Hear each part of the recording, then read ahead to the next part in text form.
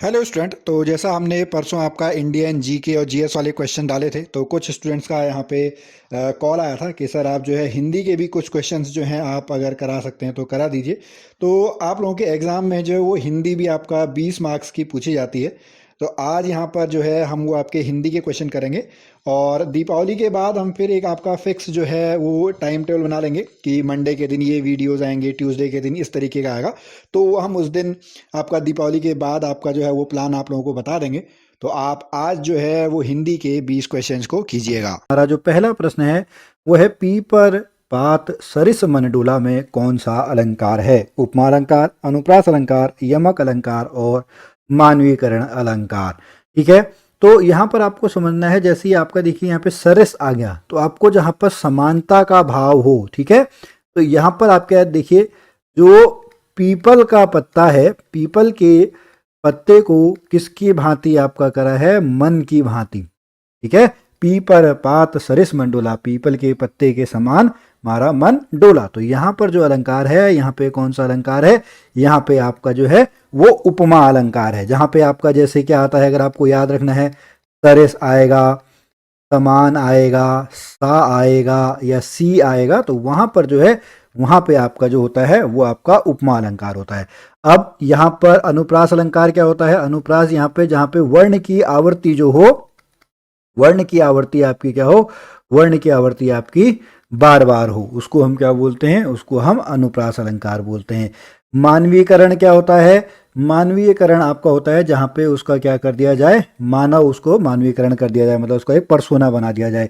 यमक अलंकार जहां पे जो शब्द है उसके अर्थ क्या हो? उसके अर्थ आपके जो हो वो अलग अलग हो, जैसे काली घटा का घमंड घटा। अनुप्रास अलंकार में अगर बात करेंगे, तरिणी तनुजा तट तमाल, तो वर्ण की आवृत्ति बार बार हो रही है। ठीक है, इस तरीके से आपको जो पीपर पात सरिस मन डोला, यहाँ पे कौन सा अलंकार है? यहाँ पे आपका उपमा अलंकार है। अगला है अंडे का शहजादा का अर्थ है। अंडे का शहजादा मतलब, अंडे का शहजादा मतलब आपका क्या होता है? अनुभवहीन व्यक्ति। अंडे का शहजादा जो है वो अनुभवहीन व्यक्ति होगा। ठीक है, फिर अगला है जैसा करोगे वैसा भरोगे में सर्वनाम क्या है? सर्वनाम क्या होते हैं? जो संज्ञा के स्थान पर प्रयोग किए जाते हैं, संज्ञा के स्थान पर जो प्रयोग किए जाते हैं उनको हम सर्वनाम बोलते हैं। सर्वनाम देखिए, जैसा करोगे वैसा भरोगे, तो इन दोनों के बीच आपका क्या दिखाया गया है? इन दोनों के बीच एक रिलेशन बताया गया कि भाई ऐसा करोगे तो वैसा होगा। कॉज तो वो आपका कौन सा है? उनके बीच जो रिलेशन है वो आपका कौन सा है? वो आपका संबंधवाचक जो है सर्वनाम है, उनके बीच आपका क्या है? संबंध बताया गया है कि भाई ऐसा हो, ऐसा करोगे तो ऐसा हो जाएगा। ठीक है, अगला क्वेश्चन चलते हैं, क्वेश्चन नंबर 4। निशीथ शब्द देखिए, निशीथ, निशा मतलब रात, निशा मतलब क्या होता है? निशा मतलब रात, तो निशीथ मतलब अर्धरात्रि का समय। निशीथ मतलब आपका क्या होगा?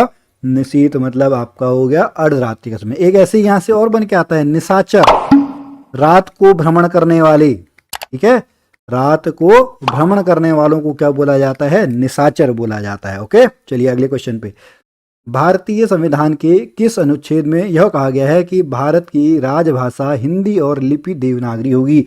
देखिए, यहाँ पे राजभाषा की बात हो रही है, जो काम करने वाली जो आपका है उसकी बात हो रही है। तो ये आपका कौन सा है? अनुच्छेद नंबर 343। कौन सा है? अनुच्छेद नंबर 343। यहाँ पे दोनों में अंतर है। देखिए, अगर आप कहीं से पूछेंगे, राष्ट्रभाषा हमारी कोई भी नहीं है। ठीक है, हमारी राष्ट्रभाषा कोई भी नहीं है। राजभाषा जो है वो बिल्कुल जरूर आपकी हिंदी है। राजभाषा मतलब जो शासन प्रशासन में जिससे काम किया जाता है हिंदी में। ठीक है, तो वो आपका यहाँ पे बन के आएगा। उसकी लिपि कौन सी है? उसकी लिपि आपकी देवनागरी लिपि, अनुच्छेद नंबर 343 में आपका कहा गया है। और ऐसे और भी जो भाषाएं हैं वो संविधान के कौन से अनुसूची में है? अनुसूची नंबर 8 में आपका दिया हुआ है। ठीक है, अनुसूची नंबर 8 में आपका है। ओके, चलिए अगला क्वेश्चन है, लोकोक्ति कहाँ राजा भोज कहाँ गंगू तेली का अर्थ क्या है? कहाँ राजा भोज कहाँ गंगू तेली, यानी जो है आकाश और पाताल का अंतर होना। क्या है?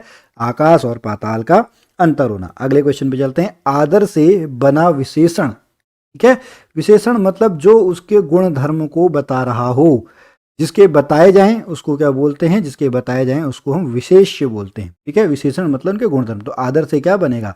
आदर से बनेगा आपका आदरणीय। आदर से क्या बनेगा? आदर से बनेगा आपका आदरणीय। ओके, अगला क्वेश्चन, क्वेश्चन नंबर 8। ज्येष्ठ का विलोम शब्द है। ओके, ज्येष्ठ मतलब बड़ा, ज्येष्ठ मतलब बड़ा, बड़े का उल्टा छोटा, छोटा मतलब कनिष्ठ। ठीक है, तो इसका सही उत्तर क्या है? इसका सही उत्तर है कनिष्ठ। अगले क्वेश्चन पे, निम्नलिखित में से महादेव वर्मा की, अब देखिए ये थोड़ा सा क्वेश्चन जो है ये आपका एक टफ क्वेश्चन के लेवल में आपका बन के आता है। ओके, अब यहाँ पे सबसे पहले अगर आपको एक चीज पता हो, ठीक है, कि जो आपका महादेव वर्मा की सबसे पहली रचना है वो आपकी कौन सी है? महादेव वर्मा की पहली रचना आपकी निहार है। तो ये ऑप्शन तो गलत हो गया, ये ऑप्शन भी गलत हो गया। अब आप यहाँ पे जो है वो क्या कर सकते हैं? अब आप यहाँ पे जो है वो तुक्के मार सकते हैं। ठीक है, अब आप देख लीजिएगा। वैसे मैं आपको बता दूं इसका ऑप्शन नंबर क्या है। ऑप्शन नंबर आपका ए है। एक सेकेंड, इसका ऑप्शन नंबर क्या है? Option number A. ठीक है, तो निहार जो है वो सबसे पहली उनकी रचना है। वो आपकी कब छपी? 1930 में। दूसरे नंबर पे कौन सी आई? दूसरे नंबर पे रश्मि आई 1932। तीसरे नंबर पे कौन सी आई? तीसरे नंबर पे नीरजा आई 1934। अगला जो है वो है सांध्य गीत, जो कि आपका कब आया? 1935 में। साथ में मैं यहाँ पे बता दूं महादेव वर्मा को यामा के लिए आपका क्या पुरस्कार मिला है? यामा के लिए इनको जो है वो ज्ञानपीठ पुरस्कार भी मिला है। कौन सा पुरस्कार मिला है? ज्ञानपीठ पुरस्कार मिला है। ओके, चलिए अगले क्वेश्चन पे चलते हैं। मगही किस उपभाषा की बोली है? तो मगही जो है वो बिहारी जो है, ठीक है, मगही जो है वो बिहारी की आपकी क्या है? बिहारी की उपबोली है। अगला क्वेश्चन है, मछली के समान आंखों वाली, मछली के समान आंखों वाली मीनाक्षी क्या है?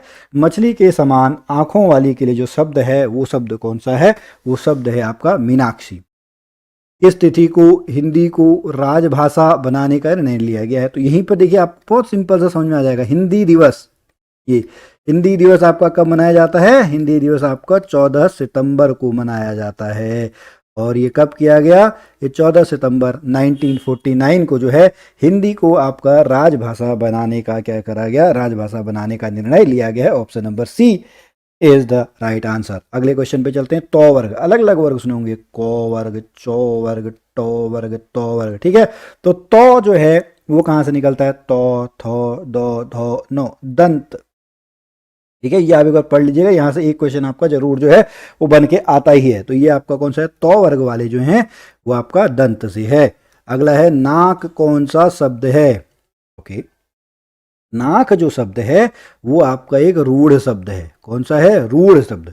रूढ़ शब्द मतलब जिसके, अगर कोई शब्द है जिसके खंड ना हो सबसे पहले, या हम कहें जो उसके खंड हैं, ठीक है, खंडों का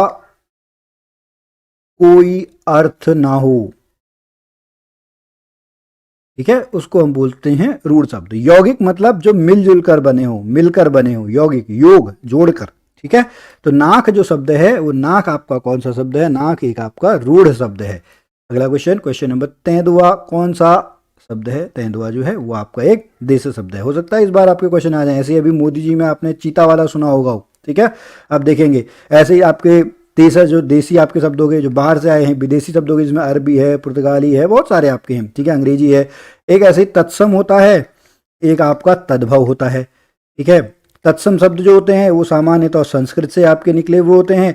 वो उनका जो बिगड़ा हुआ रूप है, विकृत रूप, ठीक है, वो आपका कौन सा होता है? विकृत रूप जो होता है वो आपका तद्भव कहलाता है। ओके, ये ध्यान में रखेंगे। चलिए अगला क्वेश्चन, सूर्योदय का सही संधि विच्छेद है? सूर्योदय, सूर्य धन उदय, कौन सा है? Option number C. सूर्योदय का जो सही संधि विच्छेद है वो आपका कौन सा है? सूर्योदय का सही संधि विच्छेद है सूर्य धन उदय। कौन सी संधि है? यहां पर आपका जो है वो गुण संधि है। कौन सी संधि है? गुण संधि। अगला क्वेश्चन है, पश्चिमी जर्मनी पर उड़ती नजर, ये भी टफ क्वेश्चन है। पश्चिमी जर्मनी पर उड़ती नजर जो है वो आपकी किसकी है? मनोहर श्याम जोशी जी की है। किसकी है? मनोहर श्याम जोशी जी जो है उनकी आपकी ये रचना है। अगला क्वेश्चन, समाचार लेखन, पत्राचार से क्वेश्चन आ गया। समाचार लेखन की सबसे प्रचलित, प्रभावी और लोकप्रिय भाषा कौन सी है?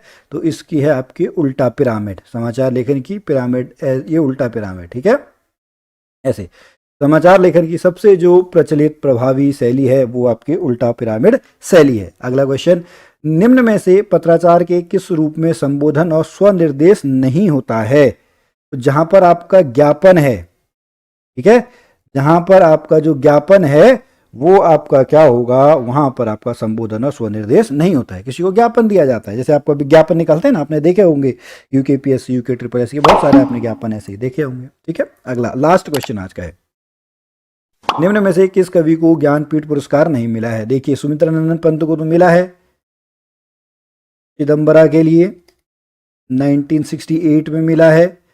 महादेवी वर्मा को मैंने आपको बताया यामा के लिए मिला हुआ है।